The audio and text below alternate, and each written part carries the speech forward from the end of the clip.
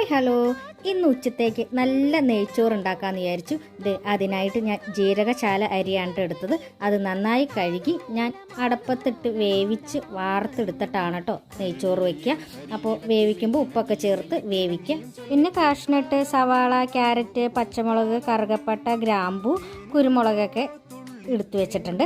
ഇനി ഒരു ഉരുളി അടപ്പത്ത് വെച്ച് അതിലേക്ക് 2 സ്പൂൺ നെയ്യ് ഒഴിച്ച് നമുക്ക് ആദ്യം ഈ കാഷ്നട്ട് അങ്ങോട്ട് വറുത്ത് കോരിയെടുക്കാം. കൂടെ സവാളയും വറുത്തെടുക്കുക. ഇനി അത് വറുത്തെടുത്തതിന് ശേഷം ഗ്രാമ്പൂ, കറുകപ്പട്ട, ഏലക്ക എന്നിവ ചേർത്ത് കൊടുക്കുക. കൂടെ സവാളയും അതുപോലെ ക്യാരറ്റും പച്ചമുളകോടും ചേർത്ത് നന്നായി വഴറ്റുക.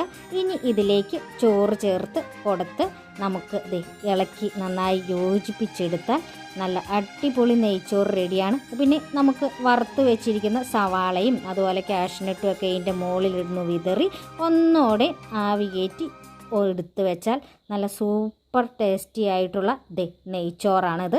പിന്നെ ഉച്ചയ്ക്ക് നല്ല നെയ്ച്ചോറും ബീഫ് കറി ഉണ്ടെങ്കിൽ പറയണ്ടല്ലോ, അടാറ് കോമ്പിനേഷനാണ് നെയ്ച്ചോറും ബീഫും.